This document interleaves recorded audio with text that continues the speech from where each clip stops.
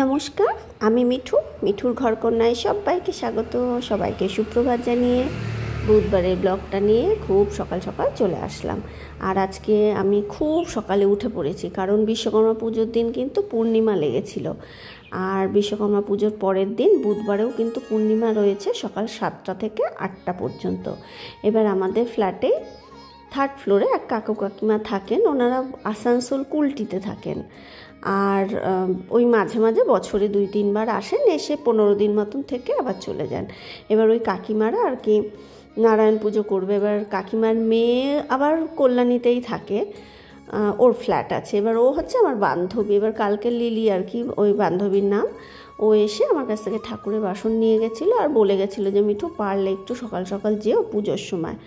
তাই এমনি দেখো আমি খুব সকালে উঠতে পারি না, কিন্তু পুজো পাঠের নাম শুনলে না তখন আবার খুব সকালে উঠে যায়।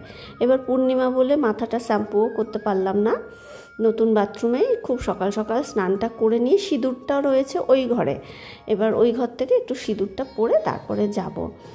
আর চুলটাকে গুটিয়েই নিচ্ছি, কেন বলো তো, পুজোর ওখানে না চুল ছেড়ে তো এক বসতে নেই। আর এখন আমার এত চুল উঠছে, যে কারণে যদি আমি একটা গার্ডার দিয়েও খুলে রাখি না চুলটা, ও পড়বেই। এবার পুজোর জায়গায় না যদি চুল উড়ে উড়ে পড়ে ভীষণ বাজে লাগে এবং জিনিসটা ঠিকও না।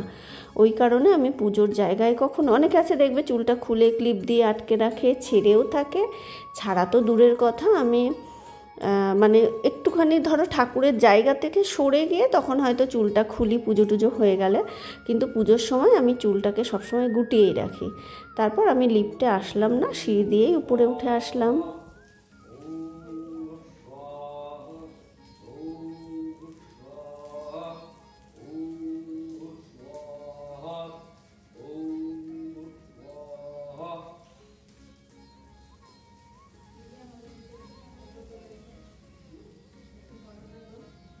একটু তাড়াতাড়ি করতে হবে, যেন না আসলে আমাকে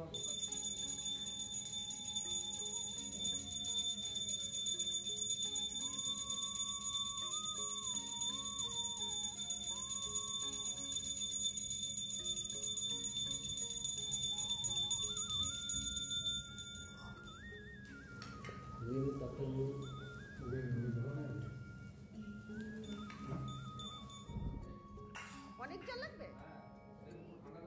ও বড় পাত্র। এরপর দেখো পুজো কমপ্লিট হয়ে গেল। আমি যখন এসছিলাম তার আগেই পুজো শুরু হয়ে গেছিলো, 7টার আগেই শুরু করে দিয়েছিলেন ঠাকুরমশাই। এবার তারপর পুজো কমপ্লিট হয়ে গেলে হোমযজ্ঞের টিকা আর কি সবাইকে দিয়ে দিলেন। আর এই ঠাকুরমশাই কিন্তু আমার ঘরের ঠাকুরমশাই, মানে আমাদের ঘরেও ইনিই পুজো করেন। লিলি বলেছিল যে মিঠু ফোন করে তুমি ঠাকুরমশাইকে একটু বলে দিও পুজোর জন্যে। তারপর পুজো হলে ঠাকুরমশাই নারায়ণশিলা নিয়ে চলে গেলেন, নারায়ণশিলা না নারায়ণ নিয়ে চলে গেলেন। তারপর লিলি সিন্নিটা মাখলো, আমি হাতে হাতে ফল টল গুছিয়ে দিলাম, প্লেটে ও সিন্নি দিল। আমি ফল টল আরও কিছু কেটে প্লেটে প্লেটে গুছিয়ে কাকিমা লিলি গেল হচ্ছে ফ্ল্যাটের আরও যারা আছে সবাইকে প্রসাদ দিতে। আমি আর গেলাম না। তারপর তোমাদের একটু ব্যালকনি থেকে দেখায়। আমি ভাবছিলাম ওপর থেকে যদি আমার নিচটা দেখানো যায়, কিন্তু পাশের বাড়ির পাঁচিলটা আসছে, আমাদের নিচটা আর কি দেখা যাচ্ছে না। আর একটা গোপন কথা বলি তোমাদের, আমি না ওপর থেকে নিচে দেখতে পারি না, লিফট চড়তে পারি না, মানে রোপওয়ে চড়তে পারি না, নাগরদোলা চড়তে পারি না। আমার পায়ে মানে ওপর থেকে যখন নিচে তাকাবো না, আমার পা থেকে শিরশির করে একদম মাথা অবধি উঠে যাবে, মানে এত ভয় লাগে। এইবার দেখো এইটা আমি অনেক কষ্টে দেখাচ্ছি। নিচে যে গাছগুলো দেখতে পাচ্ছ, ওই গাছগুলো হচ্ছে আমার নিচের গাছ আর কি, যে টবগুলো আছে ওইগুলো। মানে আমি এটুকুও দেখাচ্ছি, কিন্তু আমার হাত পা কাঁপছে আর কি, পারি না আমি ওপর থেকে, যে কারণে আমি কোনোদিন লিফটে চড়তে পারি না, পায়ে হেঁটে সিঁড়ি দিয়ে আসি। এরপর সবাইকে তো প্রসাদ ওরা দিয়ে আসলো, আমি হাতে হাতে একটু করে দিয়ে তারপর এই বাসনগুলো লিলি নিয়ে গেছিলো, আরও আছে ওখানে রয়েছে সিন্নি মাখার গামলা টামলা। এবার লিলি বলেছিল কি ও ধুয়ে দিয়ে দেবে, তা আমি বললাম তুমি দাও, আমি ধুয়ে নিচ্ছি। কেন বলো তো, ও জানে যে আমি একটু পিটপিটে আছি, আর আমি না রান্নাঘরের সিঙ্কে আর কি কখনো ঠাকুর বাসন ধুই না। এটা তো তোমরা জানোই, এটা নতুন করা হয়েছে। আর এখানে আমার আমিষের ছোঁয়াছানি না, একদম রান্নাই হয় না তো আমিষ আর নিরামিষ, তবুও আমিষ তো কোনো দিন তোলা হয়নি। নিরামিষ একদিন রান্না করেছিলাম, তা যে কারণে আমি বললাম, আমি বলছে তোমার কষ্ট হবে। আমি যে কিচ্ছু হবে না, দাঁড়িয়ে দাঁড়িয়ে কটা ঠাকুরের বাসন মেজে নেব। আর কি বলো তো, এই যে কোষাকুষি টুসি বলো, তারপরে নৈবেদ্য মাখা দই দুধ ঘি, এতে না দাগটা লেগে যায়, তামার বলো পিতলের বলো, সঙ্গে সঙ্গে যদি ধোয়া হয় না সেই দাগটা থাকে না। এবার আমি কি করলাম, কিছুক্ষণ এই পিতাম্বর মাখিয়ে মিনিট 5-10 রেখে দিয়েছিলাম, তারপরেই চকচক করে ওঠে।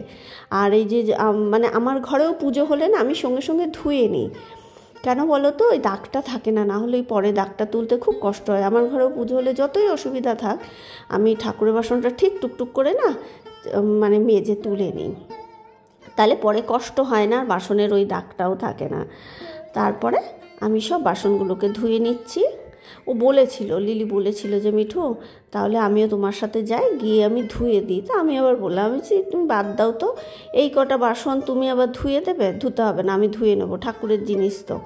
তা আমি এসে যেহেতু সকালের জল খাবারটা ওর বাবা করে নিচ্ছে, মিলেটটা, এখন ছেলে না মিলেট খাওয়া শুরু করেছে, ছেলে খাচ্ছে, ওর নাকি ভালো লাগছে। এবার আমি তো খেতে পারছি না এখনও, মানে ভালো লাগাতে দূরের কথা, আমি খেতেই পাচ্ছি না। তা আমি ওরা ওর মিলেটটা খাক, আমি আমার মতন করে, মানে কেমন বলো তো, একটা বিশৃঙ্খলা হয়ে গেল। মানে এক একজনের খাবারটা আমার ঘরে এক এক রকম হয়ে গেল। তা যাই হোক, আস্তে আস্তে এটা হয়তো ঠিক হয়ে যাবে।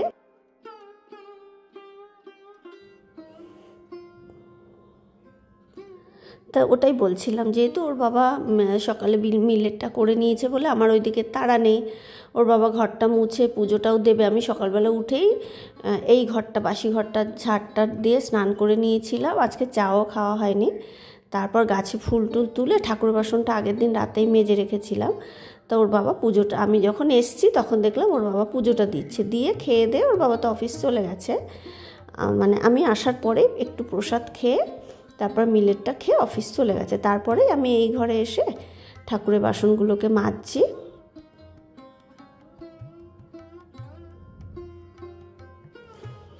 এরপর ঠাকুরের বাসা মাজা কমপ্লিট হলে লিলি আবার সামনের কয়েকটা বাড়ি প্রসাদ দিল, আমাকে সাথে নিয়ে গেল। যেহেতু এখানে থাকে না তো একটু লজ্জা পাচ্ছিল, বলছে তুমি চলো আমার সাথে। এবার সামনের বৌদিদের বাড়ি প্রসাদ দিতে গিয়েও এই দেখো একটা গিফট পেয়ে গেলাম, দাদা এই গাছটা দিলেন, উনিও আবার কোথা থেকে এনেছিলেন আর কি। এটা হচ্ছে স্পাইডার, ঝুলে ঝুলে পড়ে। তা আমার যেহেতু টব মাটি কিছুই রেডি নেই, তা আমি পদ্মের গামলাটাতে জলেই রেখে দিলাম, এটাকে কালকে করব, আজকে কিছুই রেডি নেই। আর আমার না স্নান করার পরেই মাটি ফাটি ঘাটতে ইচ্ছা করে না। এরপর দেখো ওর বাবা তো পুজো দিয়ে চলে গেছিলো। আর এই যে মিলেট, এ তো অনেকটা করেছে, মানে ছেলে এটা দুবারে খেতে পারবে, একবারে এতটা খেতে পারবে না। কি জানি আমার ছেলেরও ভালো লাগছে, সব সবজি আছে ওর মধ্যে, গাজর দেখো, বিনস, ক্যাপসিকাম, বাঁধাকপি, টমেটো, জল দিয়ে পুরো সেদ্ধ করে, একটু নুন দেয় আর একটু ঘি দেয়, ফোড়ন টোড়ন দেয় না। আমি বলেছিলাম যে আগের দিন আমি যেমন ফোড়ন দিয়েছি সেটা দেয় না। এরপর এই দেখো প্রসাদ, ওর বাবা একটু খেয়েছে, ছেলে একটু খেয়েছে, আমি এখনও খাইনি। যেহেতু ঠাকুর বাসনগুলো ধুলাম, তারপরে সামনের বাড়ি কয়েকটা বাড়ি প্রসাদ টসাদ দিল, তারপরে আমি শাড়িটাকে চেঞ্জ করলাম, খুব গরম লাগছিল। চেঞ্জ করে তারপর মাছ আলা গেল। মাছ হচ্ছে এটা পাকাল মাছ, অনেক দিন বাদে পেলাম। পাকাল মাছ যে আমি খুব ভালোবাসি তা কিন্তু না, কিন্তু অনেক দিন বাদে পেলাম তো 200 গ্রাম নিলাম। আর আগের দিনের কয়েকটা ট্যাংরা মাছ রেখে দিয়েছিলাম, 7 পিস মতন ছিল। তার ট্যাংরাটা আর পাকালটা একসঙ্গেই করব। এই দেখো জিরে আদা কাঁচা লঙ্কা বেটে নিয়েছি, নুন হলুদ মিশিয়ে রেখেছি বাটা মশলাটাতে। গাঠি কচুটাকে সেদ্ধ করে নিয়েছি, বেগুন কেটে নিয়েছি। বেশি কিছু রান্না করব না, মাছটা করব। আর ভাতের মধ্যে একটু কুমড়ো সেদ্ধ দিয়েছি। আমার ভাতের মধ্যে কুমড়ো সেদ্ধ খুব ভালো লাগে, পাকা কুমড়ো একটু কাঁচা লঙ্কা নুন তেল দিয়ে মাখলে না গরম ভাতে দারুণ লাগে। এরপর দেখো মশলা টশলা কষিয়ে, মাছের ঝোলটা তো ফুটে উঠেছে, তারপর ভাজা মাছটা দিয়ে ঢেকে রাখবো। এই ঝোলটাই না একদম কমে যাবে, যেহেতু কচুটা সেদ্ধ করে নিয়েছি তো একদম গাঢ় হয়ে যাবে, যদিও এই ঝোলটা একটু পাতলাই ভালো লাগে। আর আজকে যেহেতু সকালে আমি শুধু প্রসাদটাই খেয়েছিলাম, একটু খিদেও পেয়ে গেছে। আর ছেলে তো আসে 4টের সময় পরীক্ষা দিয়ে, যে কারণে আমি তো খেয়ে নিই, 2টোর পরপরই আমি খেয়ে নিই। আর আজকে সকালে না আমি প্রসাদটা খুব তৃপ্তি করে খেয়েছিলাম। আমার অনেক দিন ধরে মানে একটু সত্যনারায়ণ পুজোর সিন্নি প্রসাদ খেতে ইচ্ছা করছিল, জানি না হয়তো ভগবানই মিলিয়ে দিল, আমি আজকে খুব তৃপ্তি করে প্রসাদটা খেয়েছিলাম। তারপরে দেখো ভাতটা বেড়ে আমি খেয়ে নিলাম। তাহলে আজকের মতো ভিডিওটা এখানেই শেষ করছি। কেমন লাগলো প্লিজ একটু কমেন্ট করে জানিও। ভালো লাগলে ভিডিওটা লাইক করে আমার চ্যানেলটা সাবস্ক্রাইব করে দিও। যারা আমার ভিডিও লাইক করছো, কমেন্ট করছো, সাবস্ক্রাইব করছো, সবাইকে অসংখ্য ধন্যবাদ। সবাই খুব ভালো থেকো, সুস্থ থেকো। টাটা।